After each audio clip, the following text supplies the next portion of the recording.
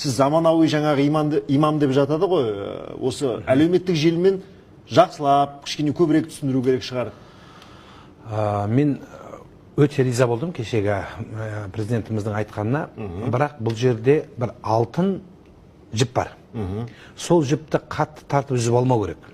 Біздің халық өзі қатты әсіре діншілдікке кетіп, барлығы бірыңғай намаз оқып, немесе барлығы исламизацияға өтіп кетпеу керек. Мәселе осыда. Өзінің бір алтын бір жұқа діңгегімен ұстай білу керек.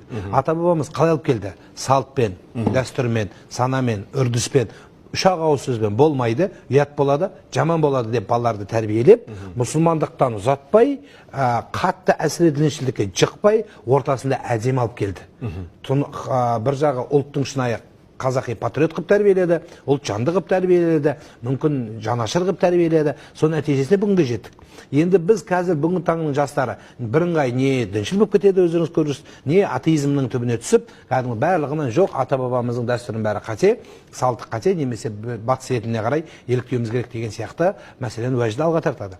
Сондықтан айтқан болар едім, қазіргі біздің осы басшыларымыз мынау Қазақстанның зайырлы мемлекет екенін ұмытпауымыз керек осы жерде. Бұл жерде президентіміз айтты деп, бірыңғай бәрін намазға жығып, мешітте уағыз айтып кетпеу керек те барлығы. Яғни арбаны да сындырмайтын, өгізді өлтірмейтін бір шешім алды. Біз кешегі өткен бабаларымыздың тәжірибесін күнімізге алып келуіміз керек. Салтты, сананы, рухани құндылық деп президентіміз асын сызып айтты. Рухани құндылық. Бұл ең маңызды нәрсе. Бұл әсіре діншілдік емес. Яғни барлық жерде бәріміз намаз оқып, мемлекеттің тірлігі қалып, үкімет елдің тірлігі қалып қалмау керек. Мәселе осыған келіп тұр. Ол құлшылық, намаз, ол сенің жеке тірлігің. Бірақ мемлекет даму керек. Ғылым, білім даму керек. Жастардың оқу білімі даму керек. Сондықтан осы иманды, бұл халқымыз бәрі иманды, біздіңше қазақ халқы. Сондықтан осы иманды халқымыздың иманын әрі қарай өрбітіп, менімше, бір белгілі бір дәрежеде. Ассалаумағалейкум бауырлар. Бүгін анау TikTok-тағы Нұрлан имамның журналистке берген сұхбатын естіп, жағам ұстадым. Алла сақтасын. Бәріміз намазхан болып кетпеуіміз керек. Исламизация болып кетпеуіміз керек деп. Бұл Алла сақтасын, бұл үлкен қауіпті сөз. Сонда бұл сөз тәңіршілдердің сөзінен ешқандай айырмашылық жоқ. Тәңіршілдер не дейді? Дін бар жерде ғылым дамымайды дейді. Дәл сол сөзді қайталап отыр бұл кісі. Алла сақтасын. Ал енді Құранның бірінші аяты, білесіздер, ол оқы деп түскен. Тағы бір аятта айтады Аллах Тағала сендердің іштеріңде иман келтіргендеріңменен іштеріңде білімді озат болғандардың, яғни ғалымдардың дәрежесін көтеріп қояды дейді. Сондықтан бұл ислам діні, ғылым діні. Рамазан Аль-Бутидің айтқан сөзі бар. Біз көптеген елден артта қалдық, артта қалуымыздың себебі исламнан артта қалдық дейді. Міне, сондықтан дінді дұрыс ұстай алмағандығымыз себепті біз артта қалып жатырмыз. Сол дінді ұстай алмағандығымыз себепті біз дамымай жатырмыз. Енді өзіңіз ойлап қараңыз, дінде шектен шығу бар, дінде бекем ұстану бар. Дінде шектен шығу кім десе, пайғамбарымыз саллаллаху алейхи вассалам заманда пайғамбарымызға 3 сахаба келеді. Ей Алланың елшісі, мен өмір бойы үйленбеймін дейді, біреу айтады. Екіншісі айтады, өмір бойы ораза ұстаймын дейді. Үшіншісі айтады, мен өмір бойы тахаджуд намазын оқып өтемін дейді. Түнгі намаз, парыз болмаған түнгі намаз бол, тахаджуд намазы. Сонда пайғамбарымыз саллаллаху алейхи вассалам үшеуінде қайтарады. Ей пайғамбар бола тұра, дінді мен біле тұра, сендерге үйрете тұра, мен үйленем көбейемін. Сен үйлен деді. Екіншісіне айтты, мен пайғамбар бола тұра, менің аузым кейде ашық болады, кейде аузым жабық болады деп, ол сахабаны да тыйды. Екеуі тыйылды. Үшінші айтты, ей Алланың елшісі, мен осы тахаджуд намазын өзіме міндеттеп алам деді. Пайғамбарымыз саллаллаху алейхи вассалам айтты, шамаң жетпей қалады деді. Сонда жаңағы сахаба қартайған кезде өкінген екен. Тахаджудқа тұра алмай қалған кезде пайғамбарға берген уәдемнен тайдым деп. Қараңыз, дінде шектен шығу деген осы нәрсені айтады. Ал дініне бекем болу, намазға бекем болу, тақуалық қылу, ол тек қана Құдай Тағалаға жақындатып, сені әулие қылатын амалдардан болып есептелінеді. Алла сақтасын. Сондықтан да айтайын деген не нәрсе? Біз Қазақстан намазхандардың саны 50% емес, 3% ғана. 3% ғана. Ал енді соның ішінде орамал тартатын қарындасымыз ол ауадағы шаң секілді көрінбейді. Қаншама қыздарымыз орамалменен мектепке, университеттерге, колледждерге кіре алмай жылап жүр. Оның заңы қашан қорғалады десе, зайырлы мемлекетте олардың да саны көп болып, олардың да талабы көп болған кезде қорғалады екен. Ал сіз келіп намазхандар көп болып кетсе, исламилизация болып кетсе, барлығы бірыңғай намаз оқып, немесе барлығы исламизацияға өтіп кетпеу керек. Мәселе осыда. Енді бір өкініштісі, білмеймін енді, намаздың әрбір адамға парыз екенін білмей ме, қалай айтып жатқанын кейбіреулер, діни қызметте жүрген кейбір адамдар, халық бірыңғай намаз оқып кетпеу керек деген осындай нәрсені айтып жатыр. Алла тағала әрбір адамға намаз міндетті деп жатыр. Намаз фард айн, яғни әрбір адамға жеке-жеке міндетті. Бізде білесіздер, фард айн, фард кифая деген бар.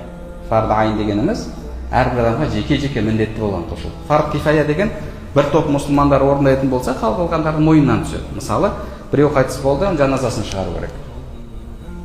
Мұсылмандардың бәрі тастап қоятын болса, бәрі күнәһар болады. Бірақ арасынан бір топ шығып, арулап, жуып, жаназасын оқып жерлейтін болса, қалғандардың мойнынан түседі ол міндет. Оны фард кифая дейді. Ал намаз болса фард айн. Яғни әрбір адамға жеке-жеке парыз. Әрбір адам жеке-жеке намаз оқуы керек. Ал енді қазір қияметтің белгісі шығар ол да. Біреулер шығып, халық бірыңғай намаз оқып кетпеу керек дейді. Қалай Құдай саған намаз оқы деп тұр, әрбір адам намаз оқу керек деп тұр, сен болсаң бірыңғай намаз оқып кетпеу керек дейсің. Алла сақтасын. Жақында бір кісінің интернетте сұхбаты шықты. Дінді қалай қылып жаю туралы. Ол кісі, дінді жұмсақтықпен көрсеткісі келді барынша, бірақ дұрыс түсіндіре алмағандай. Әсіре діншілдікті діндар адам түсіндіре алмауы, ол кісінің оны дұрыс түсінбеуі, немесе бір қулық қылмақшы ма, білмедім. Өйткені неге олай қаптайтым десеңіз, біліңіз. Әсіре діншілдік деген нәрсенің түсінігі. Пайғамбарымыз саллаллаху алейхи уассалам шынымен әсіре діншілдіктен, ғулу фиддин, дінде шұқыр кіріп кетуден қиған. Құран-ы Кәримде де «Я әхләл китаби ла тағлу фи диникум» деген аят бар. Уа кітап егелері, өз діндеріңде шұқыр кірмеңдер деген сөз бар. Бұл аят өзге кітап егелеріне аталғанменен біздің дінімізде де қолданылады. Пайғамбарымыз саллаллаху алейхи вассалам мысалы қиямет күні, қияметке жақын хауариж деген тайпа шығатынын айтып кетті. Сөйтіп былай дейді: олардың оқыған Құраны тамағынан арғарай өтпейді дейді. Және де олардың намаздары соншалықты мықты, сендердің намаздар, сахабалардың намазын айтып жатыр. Сендердің намаздарың олардың жанында дым көрінбей қалады дейді. Былай қарасаң намазы сұмдықта, бірақ оқыған Құраны тамағынан арғарай өтпейді. Бұл нені білдіреді? Бұл әсіре діншілдік деген осыны білдіреді. Оның сипаттары, оның себептерін түсіндіргім келеді. Біріншіден, Пайғамбарымыз саллаллаху алейхи уассалам көбінесе оларды жастар деп суреттеді. Сахих Бұхариде келеді бұл. Жас адамдар көбінесе дейді. Дінді қатты ұстаймын дейді де, өзінің арғырай нәпсісі көтер алмай, діннен садақтың жайындай, оғындай зу етіп, ұшып шығады деп айтады. Айтқым келген мәселе, бұл адамдар келді. Және де біздің 21 ғасырдың хауариждері деген адамдар да бар. Дінді әсіре ұстаушылар бар. Қатты ұстағаны сонша, өзі оған шыдай алмайды. Өзі менен сөзі бөлек болады. Міне әсіре діншілдік деген сол. Сыртқа дінді ұстағыш болады. Өзінде діни нәрсе болмайды мұнаның ішінде.